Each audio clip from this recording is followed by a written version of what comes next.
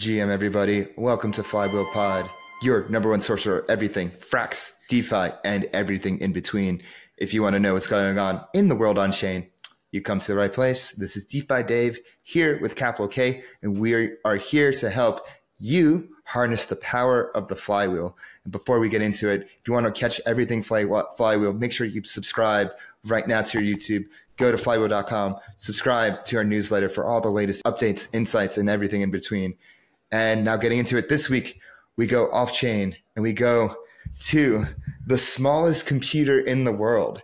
We go to the Radical Semiconductor card, a post-quantum chip that is actually a hardware wallet that is unlocking the next generation of payments, of Web3 native payments.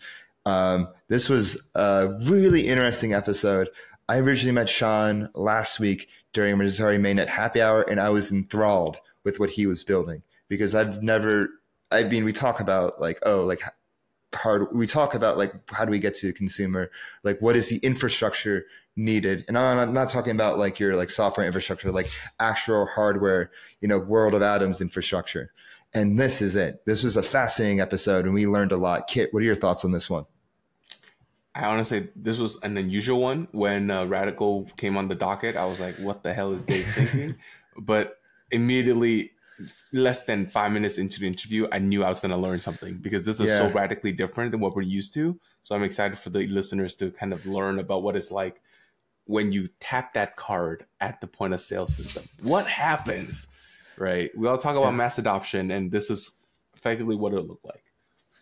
And not only that, but the possibilities that are abound for communities, for DAOs, for NFTs, for literally anything to unlock this power. And we get into it on the episode because it really brings a combination. It brings self-sovereignty to the point of sale, which is absolutely revolutionary. But before we get into it, make sure you go and subscribe to our YouTube. Hit that bell button, subscribe, leave us a comment, let us know what you think. Give us a like. Make sure you follow us on Twitter at Flywheel DeFi. Make sure you follow us on TikTok at Flywheel DeFi. Make sure you access our FriendTech for exclusive show notes after the know at FriendTech Flywheel DeFi. Make sure you join our Telegram at Flywheel DeFi and follow me on Twitter at DeFiDave22. Follow me at 0xcapital_K. And you know what it is. Let's get the flywheel spinning.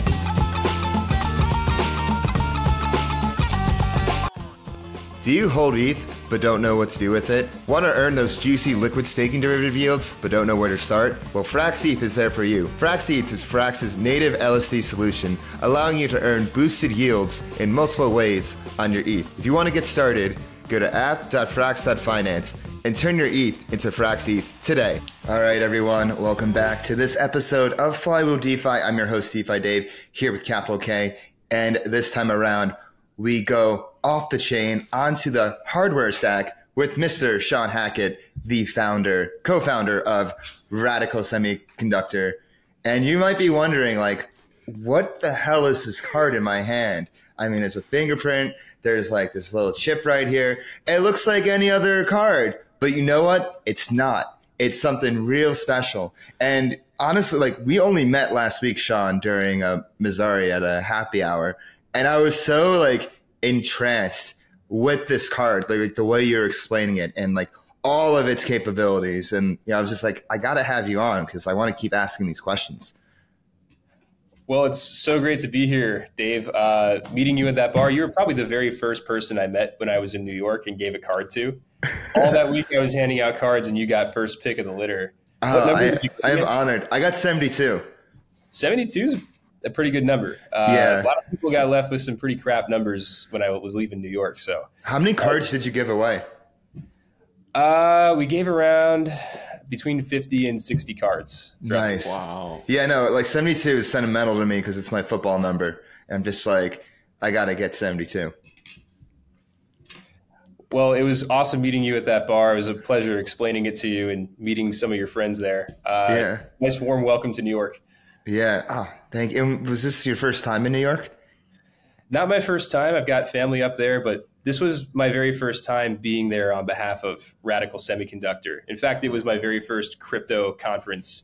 Yeah. And like before we get into Radical, let's get a little bit into you, your background, and then we'll get into Radical. So like, can you introduce yourself to the audience, a little bit of intro and a little bit about yourself and everything?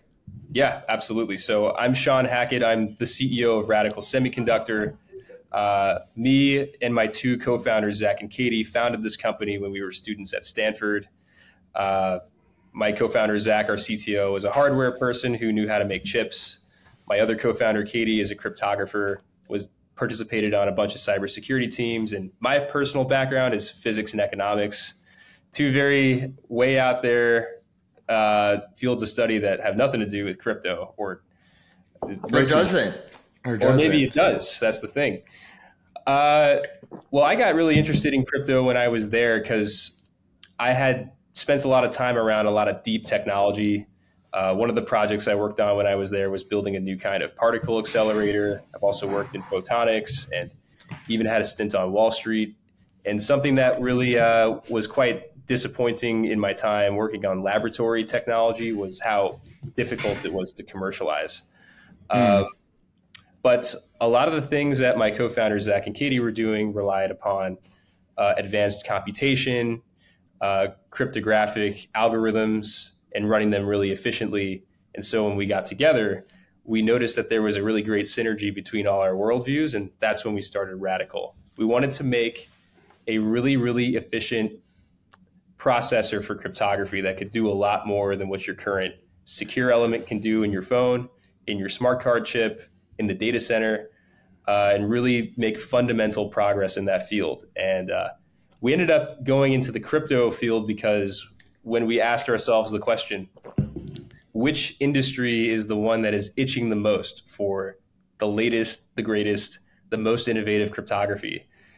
We thought it was going to be defense, turned out not to be defense. We thought it would be people in banking, got a little bit warmer, and then it clicked for us. We started meeting people in crypto. These are the folks that are the most excited to get the latest cryptographic primitives, algorithms in their hands ASAP, because you guys are the ones innovating. You guys are the ones building new products way faster than everyone else. I think it's the reason why crypto is really going to take off. I met a lot of great protocols and companies in New York this past week that are doing some very, very great stuff that I can guarantee that none of the banks, none of the defense companies are even close to doing. So when you all got together, I guess you were saying your master's or your PhD, and you mentioned that you all had similar worldviews. What was your worldviews, and like how does that serve as a foundation for Radical Superconductor? So I think something that we had experienced, the three of us, was being around a lot of people who made tech companies. And when we had gone to school to study some very, very hard science, we were a little bit disappointed to see that most tech companies were basically centered around like consumer grade software and weren't really pushing the ball forward on a lot of the great laboratory grade tech that we had seen. And we know that it's because you just need good product people who are smart and understand these things to sort of see how it can be useful for the customer. That's really what prevents really great laboratory technology from really making it out into the world. And so building Radical Semiconductor is a little bit less about just finding one thing that works and then running with it. It's a lot more about building a greater vision with deep technical insight that we know because we're at the edge of our fields, but the rest of the world knows nothing about. That's where this company started from. It was wanting to bring the latest innovations we are finding in computation, hardware, and cryptography and make it commercializable. Yeah. Wow. Do you think this is like a common problem? Like you have this like really cutting edge tech, hard science. I mean, like we're in it. We're in like the cutting edge of finance. with crypto, what's going on in DeFi and whatnot, but you are in like the cutting edge of hard science. And so do you think this is like a common, are there other applications in hard sciences that, you know, could be commercialized, but there's not enough attention there? Or is there not enough people there? Is there not enough expertise there? Is this like a common problem? Is this radical semiconductor problem that you are solving with radical semiconductor with crypto? Is this a common problem with hard sciences in general? I definitely think that it is. There's so much great research that goes under the radar simply because nobody's really paying attention to it. There are a lot of deep tech venture capital funds that participate and try to be at the very forefront of what's going on across things like biotech, nanotechnology, hardware, climate technology, et cetera, et cetera. They try to be at the forefront of these things. But it's very, very hard for the scientists and the researchers who build the technology to understand how it can be applied usefully for a customer. I think this sounds really familiar, right, Kit? Yes, it does. Actually, why does it sound familiar to you guys? There was a class during my MBA that actually called of tech commercialization, and it is about looking at all the patents that the university had and figuring out a way to commercialize it. And there's like all these steps and procedures that you kind of have to go through on the administrative side, but also on obviously the business and the economic side too. So yeah, it's a ton of work. No question. What was your project at the end of the day? How did you end up looking at these patents and what could you make out of it? It was actually so difficult that I decided to switch class. I attended the first day. Oh my God. I attended the first day and then I saw what we had to do and I was like, no, this is too much work for me. It is a lot of work. That's like a perfect example of like the problem. Yeah, like, exactly. How do you commercialize these like really cool hard sciences? It's like, it's there. It takes but this sounds familiar to me because crypto has a lot of great devs and a lot of brilliant devs and they're building a lot of cool shit. Yes. But sometimes they're like the stuff that they're building is just not relevant to consumers. Like it's just either like, it's like too technical. It's like a hobbyist that takes something too far. It's like cool, don't get me wrong, but it's like not useful. Like the problem with crypto is like people are like building a bunch of shit, but like it's just is like some like optimized like hyper version of something. It's not something that's super useful. And I think like it's like it takes product people. I think like where this problem sounds familiar in both like hard sciences and crypto, it takes product people and people with soft skills to understand how the product works and how it's actually useful to wider consumers to come in and like figure out like what's useful. And it's hard. It's a hard problem. It was easy then like there would be like a plethora of like new updates. Mm-hmm. But like I feel like the last like big hardware innovation we've had was like the iPhone, and maybe we're having like VR now with headsets. But you know, does that make sense? I think it absolutely makes sense. It's the kinds of customer experience level gains that you can make on the hardware side are pretty few and far between. And product level gains across the board can be really difficult to achieve sometimes too. I'm very lucky to be on a team who, it's a team full of people who understand technology very deeply, but also really care about the customer experience as well. It's a bit weird saying that because my two co-founders are like really deep scientific people, but the reason we made the decision to switch out of places like defense to come here because we know we can make a difference in crypto.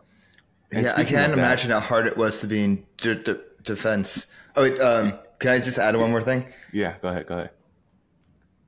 Yeah, because I watched something recently about Palantir and like how they were like trying to break into the defense industry with their and like how hard it was. It took like 15 years because of like all the major defense contractors were so entrenched, and they were basically taking a Silicon Valley approach to get. And like go and like reach out to soldiers on the ground, and like you bring their product to the ground. And it took years. It literally took years for them to get like the proper attention. So like defense, I feel like was just like a no-go from the start. If you want to like go like fast, you know what I mean? If you want to move at the pace a startup needs to move at to get things done, it's just not going to be, it's not always the move to go into the defense world. Yeah, correct. And the reason why I wanted to hop in there is because you chose crypto. And one thing about crypto folks are we have an extremely high threshold for pain when it comes to product and when we want to use the product, to learn how to use the product. And we're just so like amendable to like, oh, it has a bug. Of course it has a bug. You know, like we're not going to like blow up in the product creator space. Like we actually give feedback and obviously you get engaged in the community. So you chose a really good, you know, target market for your product. That's exactly what I found as well. As soon as I started speaking with people in crypto, that the pain tolerance was actually the really shocking thing. This might be a good segue into maybe another question, but I don't think I've met a person in crypto who's been here longer than a year and hasn't been scammed or hacked of some sort. Everybody now has a really unique set of like wallets that like wallet infrastructure that they built themselves. It's like, oh, this wallet is for like attaching it to the risky website, and this one's for keeping my crypto safe, and this one's for transfers only. It gets really like detailed that way. Yeah, we're all mentally ill, so that's why we have a high pain tolerance. But that actually leads to a great segue to our next question. Is like, obviously you studied the landscape before launching your product, right? So could you share with us what is the current problem with wallets today, and what weaknesses have you seen common amongst them?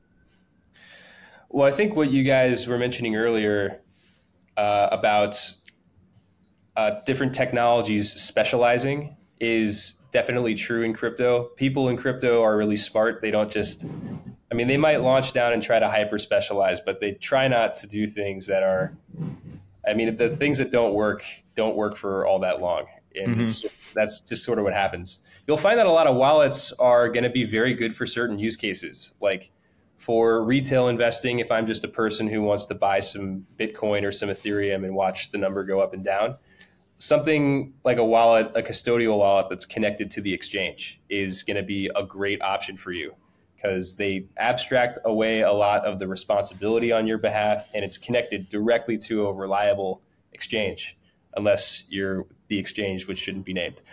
But the point still stands. Same with institutional exchanges as well. You want in an institutional grade wallet something that can be programmed, something that can operate really quickly, something that has a high reliability of success and doesn't take too long to make the transaction go.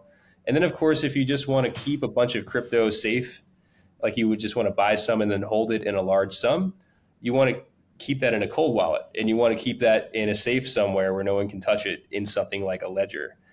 But these wallets tend to fall into only a couple of use cases. It's either going to be for investment or it's going to be for connecting to dApps. And that's pretty much what your wallets have been specialized to do. But there are so many different other projects that are coming out in crypto that deserve recognition and have very good use cases. Something like Absolute Labs, for instance, which is a wallet relationship management system, kind of like a HubSpot, where they want to help people do advertisement and marketing to wallets. Is there a wallet out there that actually helps you build your brand? Not exactly. Is there a wallet out there that helps you pay really easily at the store? Not exactly. Nothing that resembles anything like a credit card or some other familiar payment device. It just doesn't exist right now. And so that would be the common weakness among wallets. It's not that these wallets are insufficient to be good at their chosen use case. It's just that there are some kinds of wallets that have yet to be invented that would really propel some of the great innovations and companies and ideas that the space has been building over the last few years.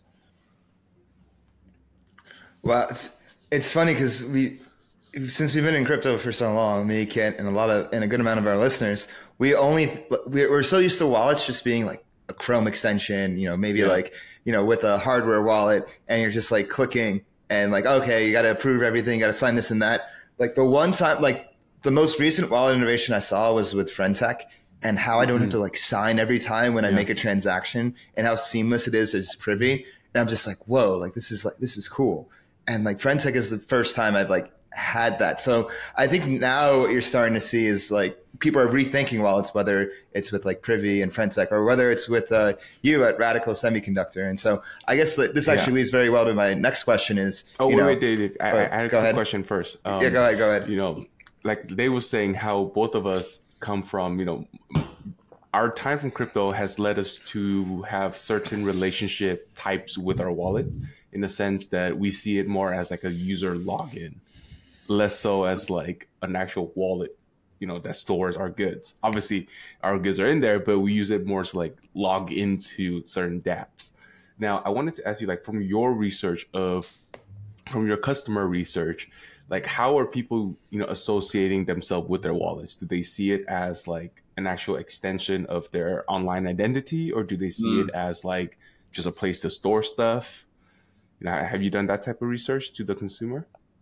I definitely. The relationship people have to their wallet it can be very complicated, of course, because you never really know why somebody decided to invest in crypto.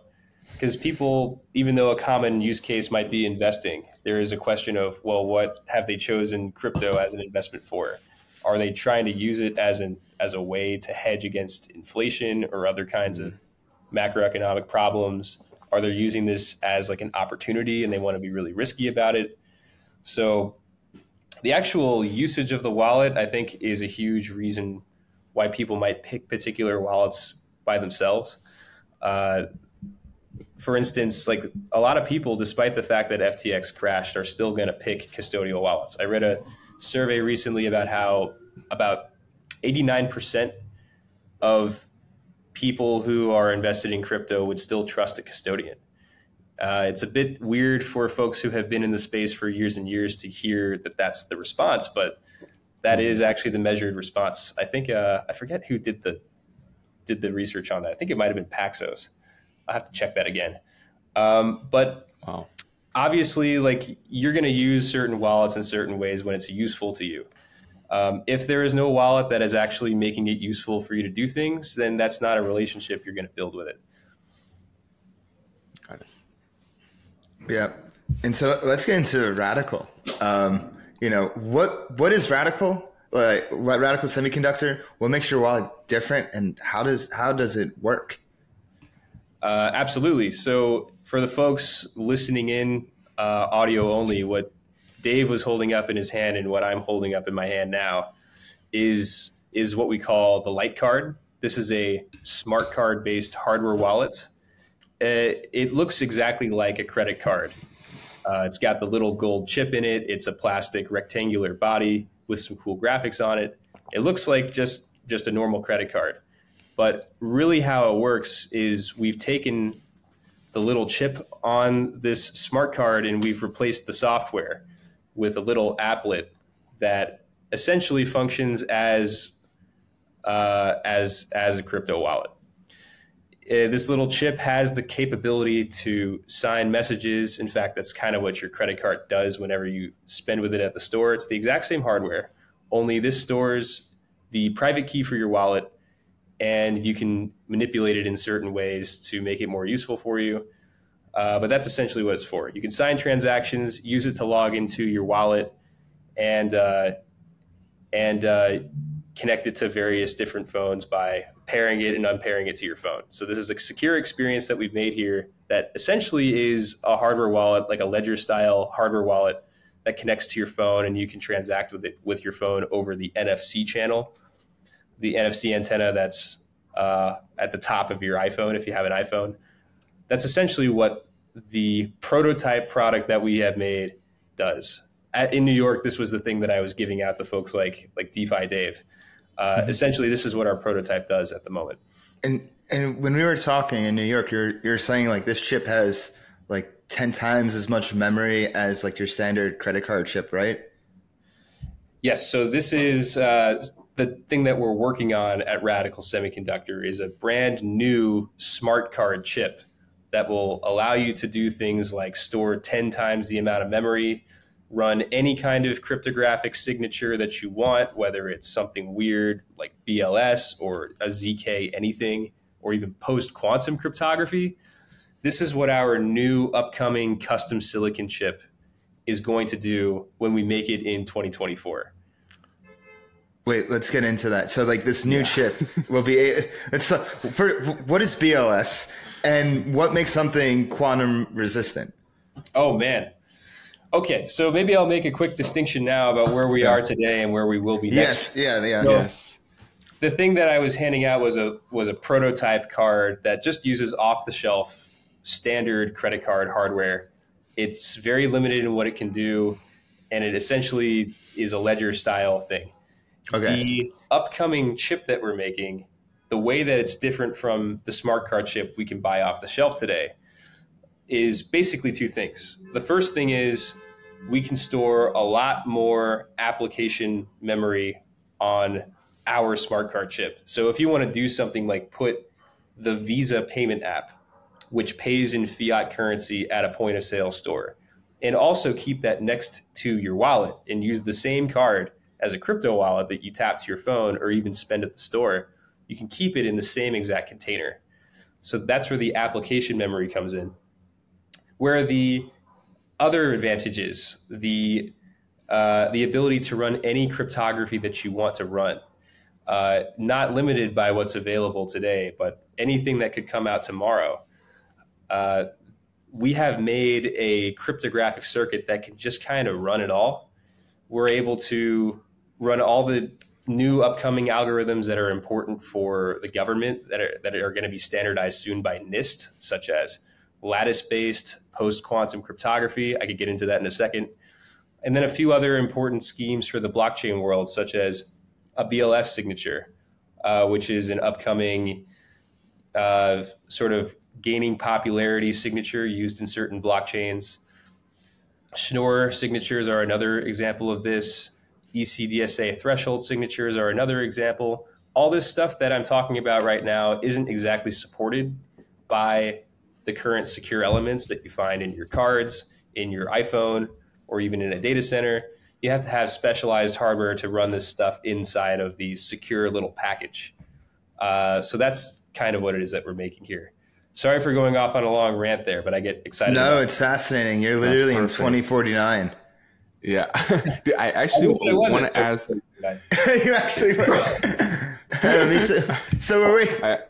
Yeah, all of us. So I actually wanted to ask, could you give me another more example of these increased memory and more applets on this thing? So could I effectively use it as like a USB thumb drive? Could I actually put random arbitrary data that I want to put on it? Or how? Yeah, you really could. Actually, maybe to back up and open your mind a little bit more. Yeah, please blow my mind open. So the credit cards that you get from your bank actually have an operating system. That's kind of crazy to think about, but it really does.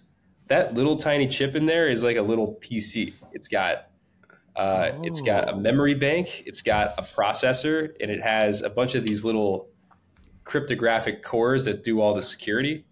But it essentially is a tiny, super low power PC that you can store apps on and you can run applications on and store memory on. So if you can do it on a PC, you could theoretically do it on a smart card. It's a little bit like, can it run Doom?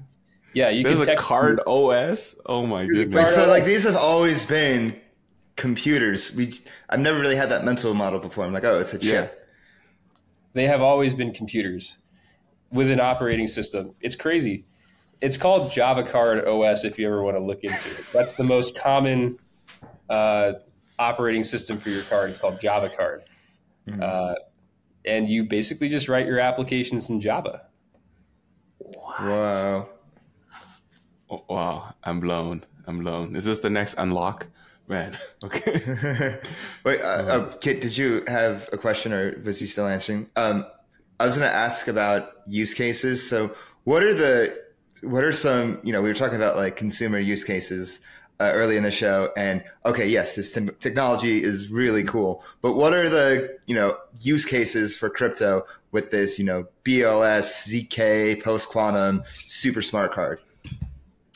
Good question. So the main thing that we're looking at the moment at Radical, the big sort of value add that we think that the smart card form factor will add to the space is bringing crypto protocols and primitives and products to the point of sale counter, literally bringing them to the point of sale counter. And not just that, but also to any other real life event.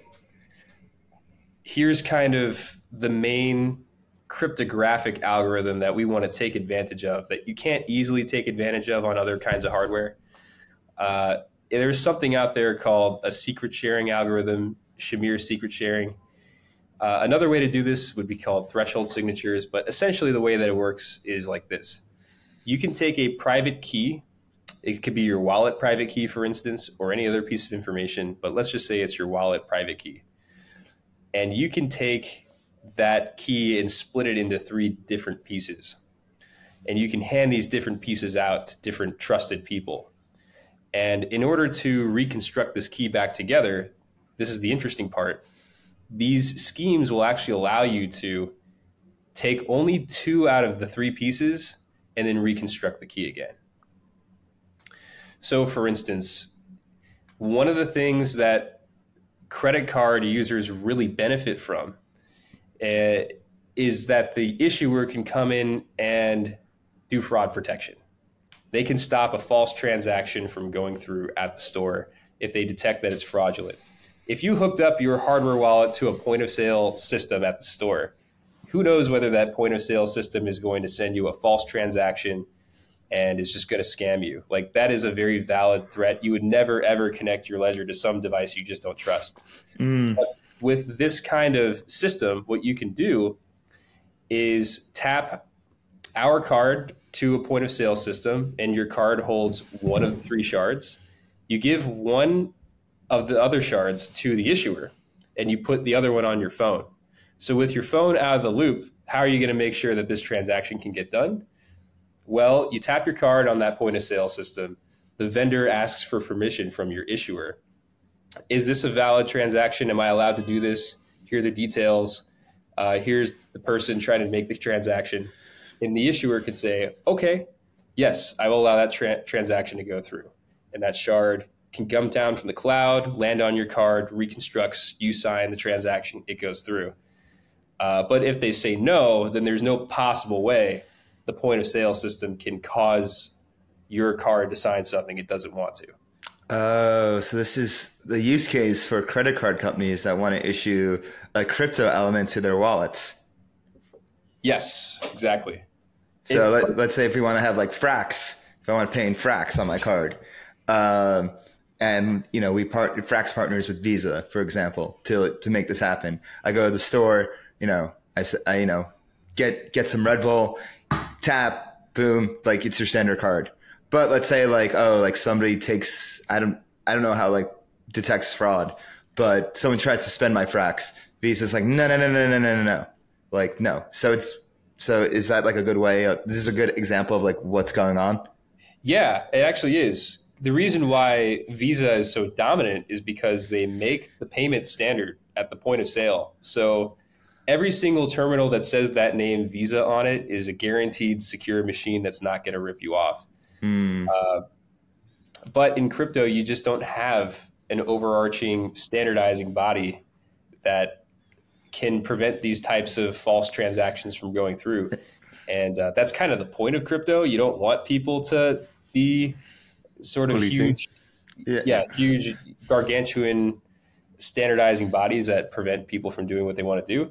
So the way that you actually introduce the security without having that authority figure block everything you want to do is just bring them in when it's necessary to protect the user, and otherwise just keep them out. So all right, let's roll back a little bit, because I feel like we live we're fish in an ocean, and we live in a world where Visa, MasterCard, and point of sale is so ubiquitous that we don't really think about it. We don't really think about these standards that are in place when you go to the counter to pay for something. So can we like go back and like define what a point of sale is, how Visa and MasterCard secure it in like the traditional world, and then like we can explain how like you guys are doing the Web3 crypto version of it. No problem. Absolutely. So it's, oh boy, I'm trying to think about what level I should explain this in.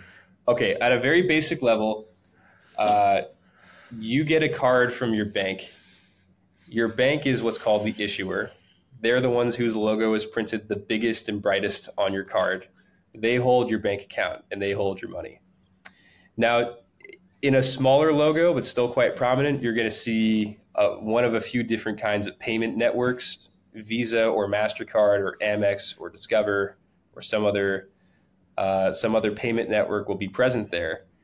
They're not actually the ones who hold your bank account. They just process the transaction. They route the information needed to go from one place to another and are the trusted intermediary that makes the whole industry tick.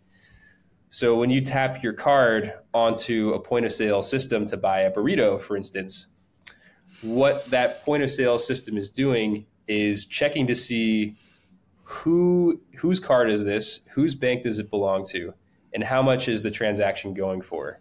And then it'll send that transaction to the bank. And actually, that transaction is going to get touched like 7 or 8 different times throughout this process because of so many different fintech companies that are in the middle doing useful things.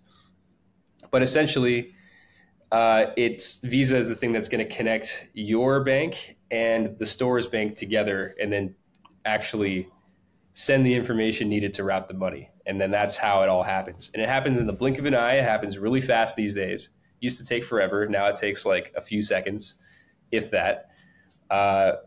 And they can be trusted because they actually make the standard. And they have a standardizing body that people vote on. And every single specification gets voted on at a big group called EMVCo. And all the different hardware that is going to be EMV standardized has to go through a lengthy, really rigorous certification process where you actually send the point of sale system to a lab and they try to break it. And they guarantee that the software installed on it wasn't tampered with. It's a very in-depth process, and that's how they earn their trust. Wow. So many intermediaries, whether it's the fintech companies in the middle or the lab testing out the physical point of sale, making sure it can't be hacked. It's a lot of people that get involved. Yeah. So the way that you would do this for crypto, how do you actually get trust between all these different parties? Well, blockchain kind of really figured out how to make a really secure tunnel. They have made a tunnel to move money from one place to another without it being, tampered with in the middle. The thing that you got to be worried about in blockchain is whether you're sending it to the right person and that it's the amount that you wanted to send. Like that's the thing that you need to be careful about. It's not the pipe itself. It's what's on either end of the pipe. That's the difficult part about crypto. And that's the hard thing to figure out. The reason why the banks actually are useful in a typical point of sale interaction is because they take on a little bit of risk every time that you pay for something. They get something called an interchange fee. Every single time you pay, that merchant actually has to pay 3% of the total price plus a little extra and pay the payment network and also pay the banks. And this is supposed to cover things like credit card fraud. If somebody makes a purchase with your card and it was faulty, there is going to be recourse that the issuer gives you. Or for instance, if you lose your card, what do? Well, you can't get another card unless you call up the issuer and say, I lost my card. So these types of benefits are things that issuers are the ones that give you. Mm-hmm. They don't just kind of come out of nowhere. Issuers currently take on the risk and provide these kinds of benefits. That's currently what I think is really missing when you are considering crypto for the payments use case. It's those benefits that an issuer or a payment network can easily provide you are kind of just missing. And it's a good reason. People have good reasons for kicking them out.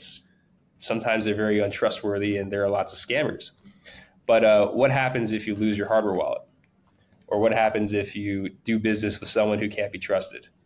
Or what happens if you connect your wallet to some merchant's device and it ended up being a hacked device?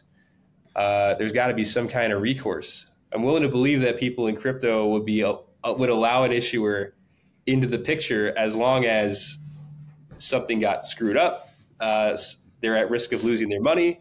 Having an issuer there as your safety net, not as the person who you have to do business with, but you bring them in when it's useful, is the model we're trying to go with at Radical. So is the future of Radical to become a decentralized issuer of these cards? I think that is one way to put it. That is definitely one way to put it. We would do business with different entities that want to call themselves issuers, whether that issuer is going to be MetaMask or the Ethereum Foundation or a bank or an NFT community wants to call themselves an issuer. That's fine. But we will provide the infrastructure needed to make you a good operator of the infrastructure. So you're like an issuer as a service of these cards. That is actually a really great way to put it. Yes, we are. And we'll even help you design the graphics for the card too. Just want some cherry blossoms. Question. I want to go through this on like a user journey, for a crypto user journey, trying to use this card with this framework. Let's say I am a part of Flywheel and I got the Fly card and I trust that Flywheel is my issuer. Now, when I go and buy my usual burrito at, Jose's burrito shop, I am not going to have to, I trust Jose. Like I've been to this burrito shop for like 10 years, right? So I don't want anybody to interfere with my payment with, this merchant. No way, Jose. Yeah, okay. Exactly. So I can just tap without even needing Flywheel, right? I don't want anybody to get involved. But now let's say I'm doing a bigger transaction with a more unknown merchant. And I'm like, hey, you know what? I would prefer to have somebody help me monitor this transaction or make sure this transaction is good. Then I'll call in Flywheel as the issuer, be like, hey, I'm about to make this transaction. Check it out for me. Is that a way to think about it? Or yeah, I actually think so. The sort of card management, wallet management infrastructure is still kind of being worked out, but I mean, there are some very basic things that you can do, such as if there's a vendor that you trust, you can just tell the issuer to automatically trust them and then do a transaction. A whitelist.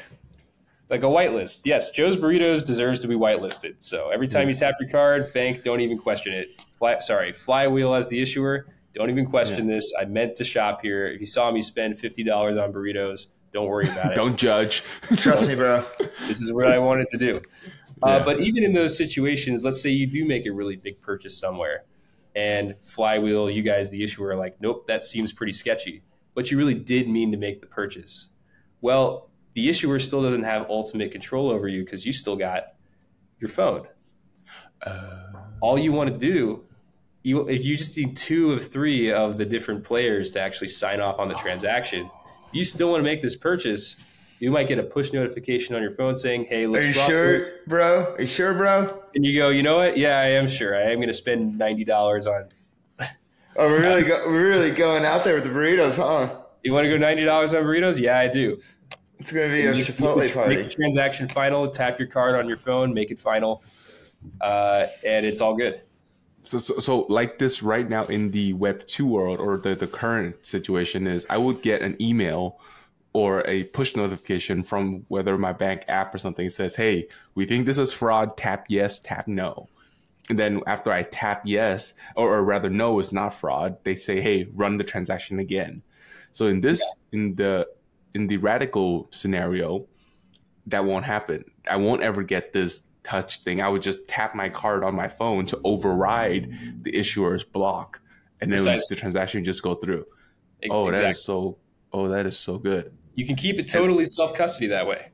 Yeah, I would imagine then you guys would have to develop a pretty robust, I guess, record of every merchant and to see if these are like good acting merchants or bad acting merchants.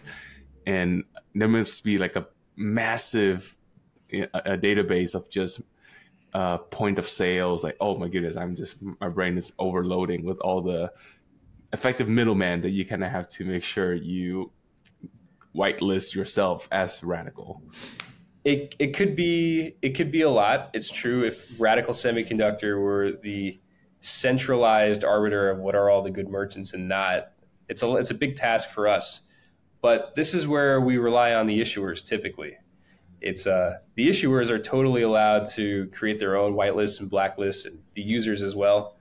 We don't want to be in a position where Radical is telling people these are good vendors, these are not, you have to trust us. We could probably be helpful in that sense and provide a list of good and bad vendors, including people who have downloaded our software. And we'll obviously get to have a record of all the vendors who download our software and can facilitate these transactions. So we'll know like who's participating. Marking which ones are good and bad is something that we can do to be helpful, but it's not something we would actually necessarily force everyone to take part in. I'm sure each issuer in each community that surrounds the issuer can deal with some attestation system for vendors.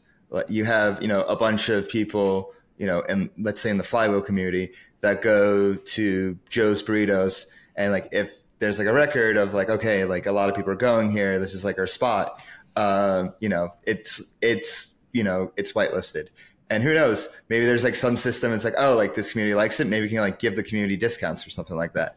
You're getting into some very interesting territory here. Yeah. Oh, wait, can we go? Yeah. Before we dive in there, I just want to point out that is the reason why Visa, MasterCard, and all of these guys have, in addition to paying that, the reason why they pay that 3% fee and why we use them is because they already have this network of merchants and point of sales, and you kind of trust them, right? So my question earlier was about how do we replicate that in a decentralized way? Because we like that. We want that, right? But we just don't want to have the overlord being able to shut us down when we make a payment.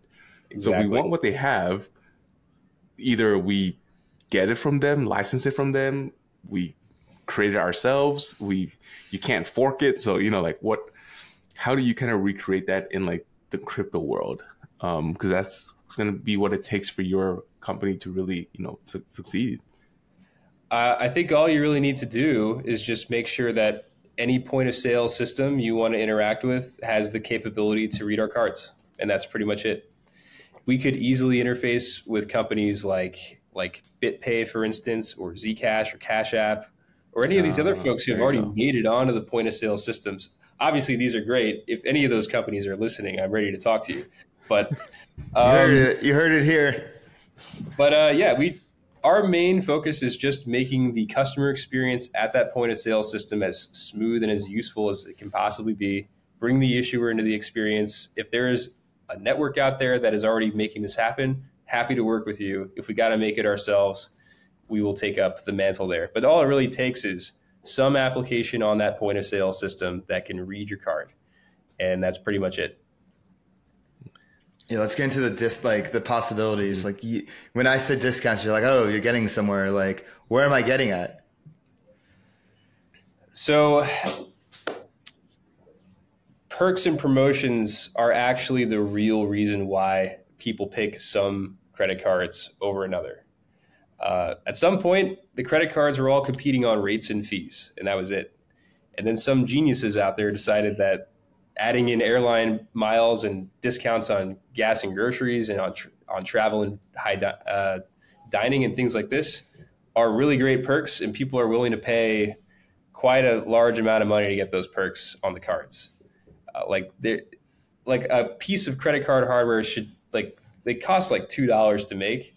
But some people pay like $700, $800, $900 a year for things like Chase Sapphire Reserve. It's the perks and the promotions and the benefits you get when you're at the point of sale that really make a huge difference for you. And if there's anything that can be tokenized and made useful and traded, to me, it's perks and promotions, points. Imagine this. Imagine you guys are the issuers at Flywheel, right? And you guys figure out that there are some portion of your users that live in New York City, and you've handed out cards to people. And there are some restaurants or stores nearby that you would really love to give the Flywheel fans some kind of perk or promotion to go to their store. who do you think? What kind of is there a store or a restaurant in New York City that you think Flywheel fans would be going to a lot? Just out of curiosity, maybe not. Let's see. The stablecoin deli that Sam, Kaz, or pizza. and No, like a Rune pizza. ate No, at. it's a pizza place, obviously, like dollar slices. Like $1 a slice. Yeah, Okay, dollar that's pretty slice. Yeah, like buy one get one free. Oh, I see. Got it. Well, if say that pizza place wanted to advertise to fans of the Flywheel podcast, what they can easily do is airdrop NFTs to all these cards that represent promotions and discounts for their pizza. Oh. And all you would need to do as a user is, you get a little push notification. Oh, I got this airdrop. That's pretty great. And all I got to do to redeem it is go down to that store. You just walk down to that store, and when you go to pay, you just tap your card on their system, and it'll automatically tell you, oh, there is an authentic Flywheel podcast card tapping on my system. This is an authentic NFT promotion that I did send to these cards. Let's apply the promotion. Let's go. That's a very basic example of how you would do an NFT promotion program here. Some interesting ways in which this can be used that I've been staying up all night thinking about that would be really great would be at a crypto event, for instance. How many booths at crypto events are trying to reach folks who come in the door and try to get them to go to their booth? It can be quite hard. They spend a lot of money up getting swag and hiring people to drum up the interest. But if you drop collectibles to people's cards at the conference, say the conference hands out a bunch of cards and they allow all the different booths to be airdropping collectibles and NFTs to all these different cards to come to their booths, say hi, give them POAPs or something like that, then they can just airdrop it without having to do any additional work. No spreadsheets, no manual writing down of wallet addresses. Oh, thank God. I hate that. None of that factors in. If the card is issued, you're going to know the public address and you can just drop things to it directly. I was thinking more exciting. Imagine there's a secondary market for pizza coupons. Okay. Or, you know what I mean? That's just a joke. But in reality, as a person could have racked up a ton of air mile points, but then I never want to travel. Now we could actually theoretically put a price on that. Yes, you could. Yes, you right? could. I could sell you my points, right? Which I thought is very interesting because I've always, when I first thought of the way NFTs should be applied in a commercial business type thing, is if I was an Amazon Prime subscriber for the last 10 years, right? I should receive almost a anniversary NFT from Amazon. Folks who see that I have this 10th year anniversary of Prime, it's wow, this guy commits. So then you would offer me hey, I'll give you 3 months free of Netflix. I'll give you, 6 months free of HBO Max. Yeah. Because my LTV is ridiculously high. Now, yes. Let's say that I'm okay, no, I'm going to move to a different country that doesn't support any of these services. But I have all these offers. What if I could sell this 10th year anniversary NFT of Amazon Prime to someone else? Because they want these perks, right? If you add up 6 months free of HBO Max, that's $10 a month. That's $60. Add up another 3 months free of Netflix, that's another $60. So there's actual value to all of these perks and promotion that's offered to me because of my relationship, right? So the way I think that's very interesting. Large unlock, in my opinion. Here's the reason why that works, by the way. It's because by having that Amazon 10-year anniversary NFT, for instance, your wallet has been segmented. In the entire universe of wallets, you're going to know that this one particular wallet, which you don't know very much about, has this NFT, and they've been a loyal customer for a long time. And that is an interesting person to send drops to, try to target. Segmenting the users is quite hard in crypto. And what you have the opportunity to do if you have a physical smart card wallet that can be branded is you can get people to sign up for these cards, 1,000 people in your NFT community, 10,000 people in your Coinbase community. Maybe you learned that at Coinbase, you have a segment of users who really like go-karting, for instance. That's a bad example, but still. The go-karting's fun. You could make a Coinbase a cart. go-karting card and just sell it to these people. And now guess what? Their wallets have been segmented and you know all the addresses. Now you can finally target them just like you would target people who hold certain NFTs. Yep. I think segmentation is like you nailed it. And that's exactly what I thought the killer use case for NFTs would be, is allowing for a new customer segmentation, because user growth and user acquisition right now in the Web2 space is extremely difficult. I mean, it's difficult everywhere, but it's particularly difficult now in the Web2 space, given Apple's push for privacy.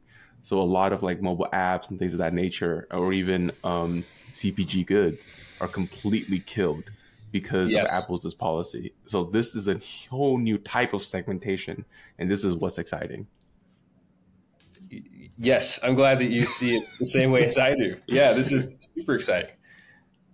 Yeah, we just like figure out shit and brainstorm and just, we this is what we do on Flywheel. I'm honestly sad that we didn't get more time to talk when we were. I know. I had so many questions. That's why we have this. That's why we have the podcast. Yeah. Now I do have a question though, like with this like type of segmentation and like categorizing wallets and stuff, like is there like a flip side to this? Like maybe like, could this like open the door to mass financial surveillance? And if it does, is there like a way to prevent that with ZKs? It's a very good question, actually, because a lot of people who turn to things like blockchain are actually trying to get away from things like marketing and advertising. Mm-hmm. For this, I have to rely on some of my recent friends that I met at this conference, maybe to help me do things like this. Because if you were to do this raw with no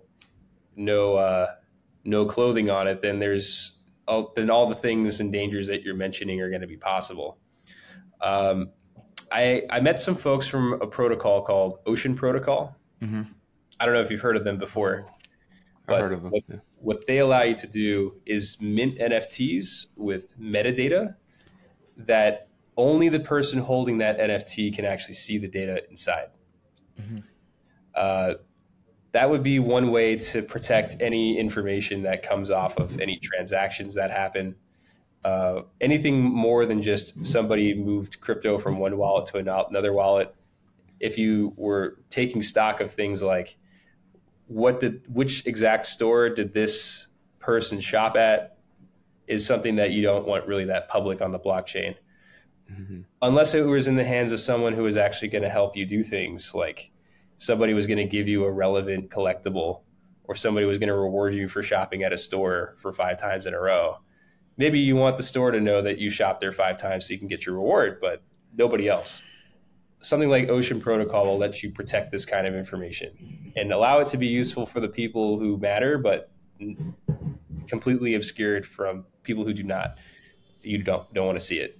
I think that there are probably a lot of things you can do in ZK and other kinds of protocols that let you do some things that are similar to this, but this just shows that the great, amazing features and products that are coming out of DeFi and coming out of crypto can be applied in some very interesting ways if we can only unlock the channel to make these things relevant at a payment situation.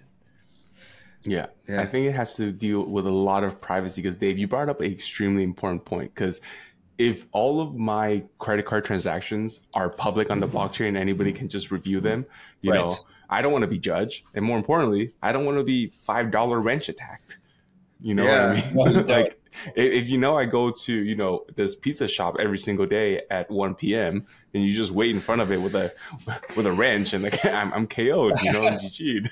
So like this privacy layers is an absolute must. But what Dave said pulls on a string of like risks. Could you share with us, like, how are you thinking about, like, people lose their wallets and their phones all the time, and it seems like if I lose both those things, I'm pretty much kind of KO'd in a financial sense as well. Like, what are some risks that folks should think about in this new 2049 future of ours? When people are actually spending their crypto at the store, it's a good question. Yes. So, oh my gosh, I think there was a car crash outside my window. Wait, what? Yeah, there was a car crash at an intersection. Holy shit. I hope they're I okay. will go look at that later. I'm a little busy right now with you guys. Yeah. Okay, so your question was, what are the risks involved when you start using crypto for payments at the point of sale? Well, Right. I mean, first of all, being robbed is a lot more of a reality. When people are actually using their crypto more often, there are just more points where people can come up to you with a wrench, like you said, and then try to mug you. Some of these things are going to require new technology for you to be able to protect against, like, for instance, if you lose your card, for instance. Is there some way that we can make this a little bit better than losing your hardware wallet straight up? Like, if you lose your hardware wallet and you lose your seed phrase, like, you're done for, basically. It's over. It's over. But if you have an issuer in the loop, when something like that happens and you got some recourse, you can get your phone out, you can contact the issuer, and because you got your phone and you got the issuer, each of these things has a shard of the key. Then you can get it reconstructed, and then we can get your crypto transferred to a new wallet.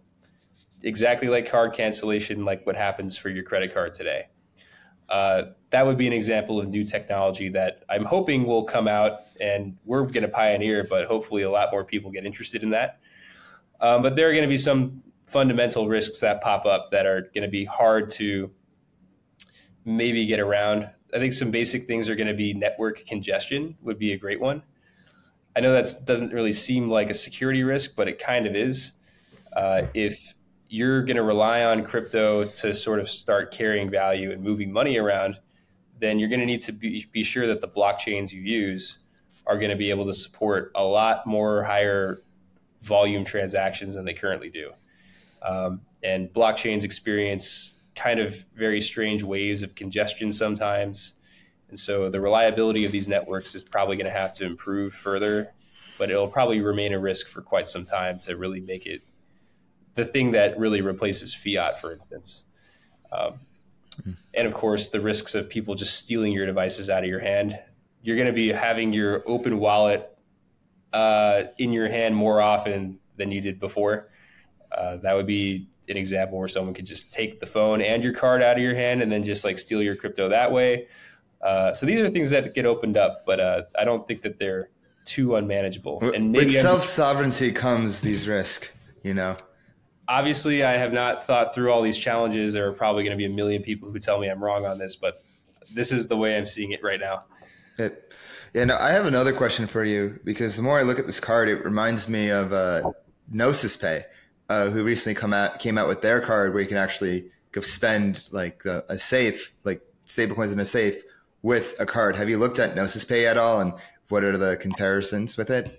Yes, the people who are providing that card are my friends over at Tangem. Tangem Wallet is a great company in Europe that has made an open source smart card based hardware wallet that they got EMV certified. You could actually use an EMV applet on this card and have it get paid through the terminal. Quite an impressive feat. I'm very jealous of what is going on in Europe because it's quite impressive what they've done. Is it going on over there because of regulation allows it, and we're kind of like, are we like chokehold here in the States? Sort of. I'd say that they're a lot more forward thinking than we are, and the regulation, of course, is a difficult piece of this. But for things like open banking, Europe has been on top of that for like years already. It's the reason why things like Plaid are not doing as well as they currently should be doing, because the ability to have an app where you hook up multiple different banks and services on the back end is currently like illegal in the US. And it's something that they're trying to push forward, but Europe's been doing it for years. It's kind of the same thing. Europe lags behind, America lags behind Europe for a little while, and then we finally catch up. And the same thing happened in EMV. I think we're on the way. But their cards currently don't have the capability to run all the advanced algorithms that I mentioned before.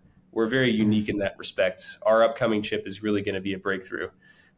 So hopefully we'll get to work with Gnosis, and we'll get to work with Tangem coming up soon once we get our new chip up and running. But yeah, I'm very impressed by what Gnosis Pay is doing. It's definitely the future. Yeah, I have a. Oh, Kit, do you have a question?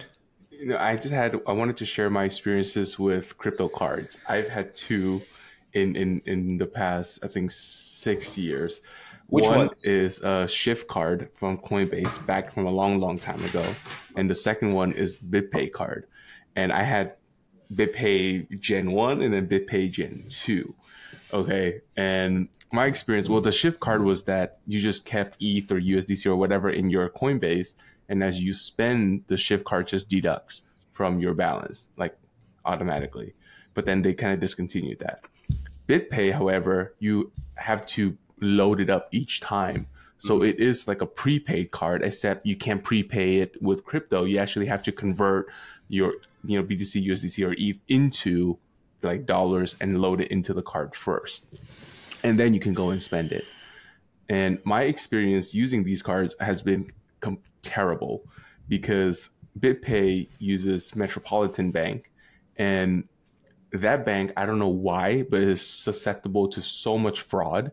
Like every single one of my BitPay card has had fraud, and I've had fraud on it almost like once per year. It's terrible. And like it's gone so bad that when I call in, like they already know which They already know. like they already know, like, oh yeah, these three transactions, yeah, we've seen them on like 8 other cards. Yeah, sorry about that. And I was just like, what? Wow. So it's like this fraud thing situation is a serious issue. And I've never had that with any of my other cards. So it's only with the crypto cards. So there's, which bank matters a lot. It seems so. I'm sorry that you had that experience. I knew that the crypto debit cards were sometimes a bit inconvenient to use, but I didn't realize that the actual fraud protection on the back end was just so subpar. So you had to file a police report, include that police report, and then fill in a paper document, papered it, and then mail it to them to file fraud. Wow. And would you happen to know like how the fraud was happening? Did you have like a credit card number on these cards too? Yeah. Okay. You have a credit card number, and one time it was spent by some entity in Virginia at a gas station and at a grocery store. Another time it was another entity spending it in like somewhere in the Middle East at like some kind of, and they used it to buy, because I think a lot of them use like phone SIMs as like, or phone credits. That's how they pay over there. Like a lot of them use like kind of like the phone credits. Wait a second. So they were not able to detect fraud in the Middle East? That's what I was saying. So anyways, that had happened, and it was crazy. I was just, I cannot believe this is a thing. Yeah. I have to say, I'm not sure I can explain your experience. That's unnaturally bad, even for what I currently know. I'm going to have to look into Metropolitan Bank and see what's going on there. Yeah. I'm just, when I think of crypto debit cards, I just think of the crypto.com wallet during the bull run and the perks that they had. They were like free Spotify, free Netflix, free this, free that. Like, it's nuts. I'm like, how is this even possible? Yeah, I think it wasn't it the fact that if you could like stake $400,000 worth of the crypto.com native token, that they would give you 10% crypto cash back on all your purchases. Yeah, it was something. Yeah, it was something. It was an enormous amount of cash back. Yeah. Wow. Talk about farming. No question. Oh my gosh. Yeah. All right. So there's one more question I want to ask, and then we can go to the lightning round. A lot of this with the card has come down to debit, what's already in your wallet. But I want to talk about credit, and if there's a way to integrate, the Radical Superconductor card with things like Fraxlend, and I can, spend like Fraxlend, if I can take out a loan and like use that loan and spend it on the card. Is there a way to, integrate with DeFi lending protocols like Fraxlend? Could you give me a little bit more information about Fraxlend? I don't think I've actually investigated what they do deeply. Okay, so Fraxlend is, okay, let's look at Aave. Aave is, peer-to-pool lending. Fraxlend is isolated pairs. And so let's say I have, a bunch of Frax ETH or SFrax ETH, and I want to just like take out a loan in Frax. I have like, I don't know, like $10,000 of SFrax ETH. put it and like I just take out like a loan of like 2,000 fracks, can I just like hook that up to the? I guess you can, like thinking about it, because it's just in your wallet. Yeah, technologically, this would all be possible. All the things that you can do with your current wallet, you would be able to do with a Radical card. Okay, I got it. So yeah. Yeah. So I could initiate a transaction and then sign said transaction. It's a little computer. It's a little computer, man. You can do all these things. All right.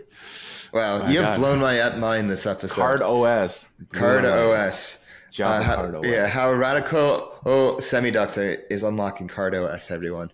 Thank you so much. Let's go to the lightning round right now. So at the end of every episode, you know, we like to get off chain a bit. Well, we already were off chain, but we like to get to know the man behind the project a little bit. So Kit, take it away with your first question. Yes. So the first question is, Sean, what was your virgin crypto experience? When did you first touch the blockchain, but sex doesn't count?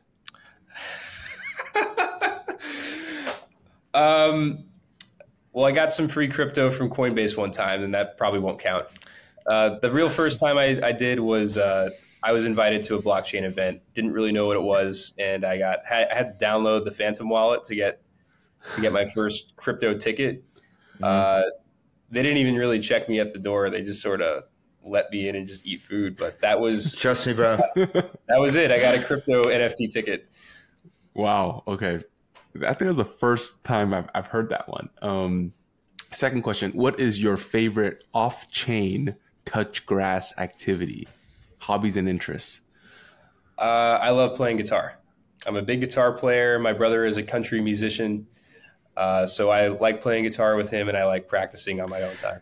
Yo, Sean Hackett is a country singer name. I can see you. My brother's name is Jack Hackett. Oh, that's even better. Oh, even better. Jack Jack Hackett. Hackett is a great country name. Yeah. Oh my God, that's so funny. Your last name's Hackett, like hack it. Yeah. Go for this. Yeah, it's just like yeah. Okay, next question from me. What's some advice you would give to your younger self? Advice I give to my younger self is try not to be so serious. When I was a lot younger, when I was even like an elementary school kid, I was always very serious about everything that I was doing. I hated to lose. I hated losing games. When I got homework, I wanted to crush it. Like whenever I played sports, it was always to win. But it's good to be competitive, but you don't have to be so serious. People really feed off of positive energy if you can give it. So to anybody who's giving off positive energy when it's not the easiest thing to do, it really matters quite a lot. Yeah. Amen. I 100% agree. Now, my question here would be, if you weren't in crypto, nor tech, nor physics/economics, what would your professional career path be? Dang, you just knocked out like 5 different career paths. Okay, so I was not in tech or crypto or physics or economics. Yeah. Oh my gosh. I think I'd probably take up writing. I like writing a lot in my free time. I'm obsessed with philosophy. If anybody comes and visits me on Twitter and they want to talk philosophy with me, I'd be happy to. What's your favorite school of thought? Who's your favorite philosopher? My favorite philosopher, I mean, the greatest philosopher was obviously Aristotle, but I'm a huge Immanuel Kant fan. Last year I read the Critique of Pure Reason. It was a mind blower because of exactly the detailed and mathematical approach this man was taking to an age-old question. Yeah. The level of rigor that this man undertook to go a distance so little was so admirable. Guy basically grinded out like 700 pages to like make a very basic claim. And I'm like, wow. Wait, didn't Sam say like if he was going to meet anyone in history, it was Immanuel Kant, and he wanted to ask him about Sam Kazemian, the founder of Frax? Yeah. He was like, I would like ask him like how he came up with it. Yeah, something really? like that. Yeah. Oh my God, I gotta go talk to him about this. Yeah, so Sam was a philosophy neuroscience double major in college. So when you said you were a physics economics double major, I'm like, oh, that's like, that kind of reminds me of Sam Cass. Oh my God. Okay. Well, we both love Immanuel Kant. Yeah. Yeah. I got some Kantian energy from you. So yeah, I'm a big fan of Plato. I like Plato, the OG. It's a great one. Yeah. And I mean, Aristotle's the father of Western philosophy, but we're this is a lightning round. We're gonna wrap it up with one more question, and we can talk philosophy after, because I'm really into that as well. Who would you want to see as the next guest on Flywheel? Who would you recommend coming on? Shoot, did you meet Chang or Boz from Akash? No, not yet. Oh, you got to bring them on. They are doing something very, very cool. Akash Network is building a really interesting protocol where you basically put AI compute resources on the blockchain and you can buy and sell the tokens. So if you want to represent like AI compute in terms of hours and represent those as tokens, and then the price goes up and down depending how much people need the compute. It's a great business now because there are so many new AI startups coming out. And so being able to cheaply purchase AI compute resources when they need to get it quickly and they need to get it cheaply or even like predict when it's going to cost more and like use it as a market is a great business, and they're doing great. Did you see Arthur Hayes' talk at Token 2049 pumping his Filecoin bags and using AI as the catalyst? It's like, oh, they're going to need like storage somewhere. Like there's Filecoin, like AI is going to use Filecoin. So, this plays into Arthur Hayes' AI narrative, except he just doesn't hold in a cash bag. Oh my gosh. Okay. Well, it sounds like you and the Akash guys would have a great conversation. I could probably set that up. That would be interesting. Like then we'll be like really ahead of the curve here. But yeah, no, we'll write it down. We'll put it to the list. Like we're interested. But anyway, Sean, thank you so much for coming on Radical Semiconductor. Where can people find you and Radical Semiconductor online? You can find us on radicalsemiconductor.com or radsemi.com if you don't want to type it all. You can follow me on Twitter at Sean_Hackett. You can find Radical Semiconductor on Twitter at radcards. And yeah, we have our Discord there. You can come talk to me there. I'd love to have a conversation with you. Yeah. You heard it here, folks. Radical Semiconductor. Sean, thank you so much for coming on. Hope to see you soon. All right. Thank you, guys. Greetings, everyone. Welcome to the post game. I'm your host, DeFi Dave, here with Capital K and Sam McCullough. We just wrapped up a fascinating insightful episode with Radical Semiconductor. That is a mouthful of a name. I wonder if they're going to shorten it. Radcard. I would, he said Rad Semi. I think they should just shorten it to like Rad Semi. I think that, that would be pretty, but I'll talk to them after. We just wrapped up. Fascinating show. This was like our first real hardware, project that we had on the show. And I know we usually like do DeFi, like stuff on chain. Yeah. But this is like the actual cryptography. This is, this is the stuff that brings tens of millions of people into crypto. And like the cool part is they can use this and not even realize that they're using crypto. So what are your guys' thoughts on this episode? I was really impressed.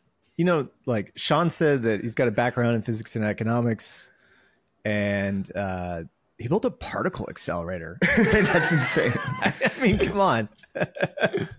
Like, what am I doing with my university career? This guy's crazy. And so to hear him talking about that, it's like LeBron going to Miami. And it's like, I could have gone anywhere, but I chose the decision was to go into crypto, right? It feels like the right thing to do, that we're bringing these people in that are building the forefront of financial technology.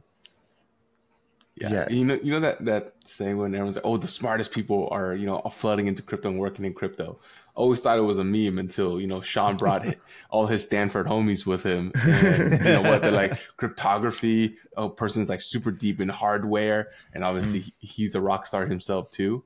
So I thought that was super cool to hear from folks who are not in our industry, but definitely trying to build something for our industry. Yeah. And that's super cool. It's honestly incredibly promising, because it's really easy to get jaded in crypto with all, with everything, with whether it's like rugs or scams or, just like grifts and this and that. But to see like good old fashioned builders trying to solve a hard problem and like offer a solution, like put quite clearly is, it brings some optimism to me. No pun intended. Yeah. Shines a light. And I thought, I think he also highlighted the advantage of being in crypto, which is that it allows for massive and like a wide array of iteration at a breakneck pace that isn't just possible in other industries like defense and banking, for whether it's because they're entrenched or established or regulations or this and that. But crypto, just like the way it is, you move fast and you break things, but like you don't move too fast and break too many things because, it's crypto and you don't want to get hacked. But you're able to iterate at a rate that is not possible in other industries, which made it incredibly attractive for builders like Sean and his team to, apply this application to crypto. Operating system, guys. Operating system. I am never going to look at my card the same way again. Yeah. So let me ask you guys, what was the one thing that you learned that just blew your mind? And mine was the card OS. The card OS. Java OS, yeah. Yeah, Java OS. I was like, wait, you can code this in JavaScript? Are you fucking kidding me? Like, I was just saying, like, imagine somebody on LinkedIn put like Java card OS developer. What is that subset of people who focuses on that? Yeah, probably is a very good industry to be in. Like with Visa, MasterCard just like dominating as they do. Yeah. I mean, great industry. Honestly, like I never really thought of like the point of sale, until we go use our credit cards every day, but we really don't think about what's happening in the back end and like all the middlemen behind the scenes. And he's like, yeah, there's like 7 different organizations that basically trust and verify your transaction that happen in the background. And he also highlighted the advantages of blockchain, but also we highlighted kind of the risk and disadvantages. And like one of them was financial surveillance. Yeah, I think there's ways around it. I mean, we talked afterwards on the podcast. I think if you had like a tornado cash-like pool where like the issuer could control like the money that goes in, but then you can make transactions from it, that would probably work.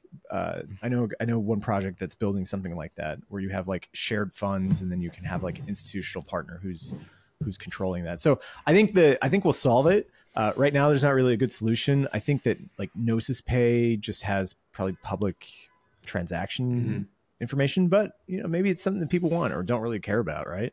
Yeah, I think it's a solvable thing. I think it's a solvable thing. So I'm not quite concerned on that. I'm more concerned about like the meat space and the world of atoms and how. Oh, you mean like the wrench attack? Yeah, exactly. Or the wrench attack. I'm talking about like even the point of sale, right? Like knowing this merchant is trustworthy or not. Like Visa and MasterCard, they have all of this already. Like they have a record of every single merchant out there, every single point of sale system, and they know what's a scam, and like they flag merchant codes that are repeat offenders, and like they're living on this treasure trove of data obviously only they have. Now if we wanted to do a decentralized version of that, what do? Yeah, I think if you're using like some sort of account abstraction system, you could probably build all that in at the contract level. But you had to like go to each. Either you have a new point of sale system, or you take one who's currently like Square or Block now, right? They're a point of sale system, and maybe they integrate and they open up their books to let us see all the merchants. Like, I don't know. I think it's these kind of like, this is hardware. There's the word hard is in the name. Yeah, exactly. So, so it's bound to be a difficult problem to solve, but definitely a worthy one. What got me really excited was the possibility for reward points, and like the kinds of different rewards you could do with cards like this, and you basically utilizing crypto as a better means of distributing rewards than would exist in the old system. And then you could make a secondary market for those rewards, as who knows what like kind of fun games you could do. Yeah, that was the first time I mentioned my like Amazon NFT anniversary idea, because like when I first saw NFT, I was like, dude, it has to be a representative of a relationship between you and a brand. That is something that has never been able to be sold off before. But yeah, this is a very fun space. I'm glad you brought this on. And like I said in the intro, at first I was like, what the hell is they thinking? I was like, what are we talking about here?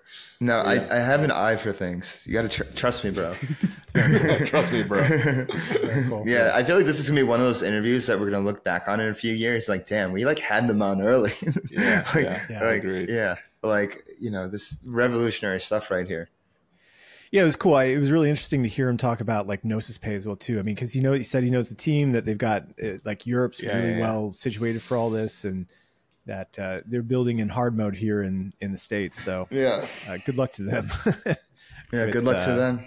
Yeah, but it looks cool. I mean, I like the idea of the system, and there's definitely Sean does a great job of explaining how everything works in the card system. So I think Dave, you're gonna have to film a video of you like making a transaction with it. I made sure to actually use the wallet before the show, and it's actually really clean, like very good, like really like the UI of the wallet's very, very good. And you can access like LSDs, you can access like AMM, you can do like anything you want like on chain, like in this like wallet interface, and you sign every transaction. You're just like putting this again, the NFC chip again, the NFC chip against it. So that's awesome. It's really cool. It's really well done. So, we're definitely going to keep an eye on Sean and Radical Semiconductor in the future, and to make sure to may not be a fly card. Yeah, fly card for the fly. That was like, I think the most interesting thing for me was that like the most expensive part of those cards is the artwork that goes on it. Literally. You just need like Sylvester Stallone in the fur jacket right here in my own custom card. Some cherry blossoms right here. That's, but to make sure to catch up with that, you got to go subscribe to flywheeldefi.com for all the latest Flywheel updates, news, insights, articles. We have them all cooking. Flywheeldefi.com. Go and subscribe. Make sure you subscribe to your YouTube. Hit that bell button right now. Never miss an episode. Leave us a comment. Let us know what you think. Give us a like. Make sure you follow us on Twitter and TikTok at FlywheelDefi. Same username all across the board. Same thing with Telegram at FlywheelDefi. Make sure you join us. Don't. What? Yeah, the friend tech.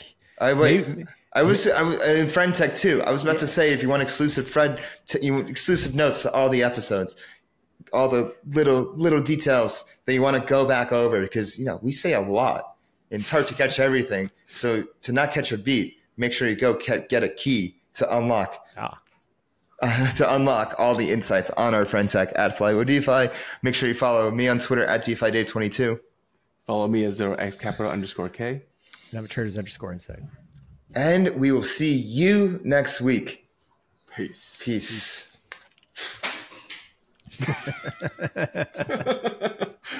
And it's durable. Yeah. Everything said in this episode is not financial or tax advice. This channel is strictly for educational purposes and is not an investment advice or solicitation to buy or sell any assets or to make any financial decisions. This video is not tax advice whatsoever. Please talk to your accountant and do your own research.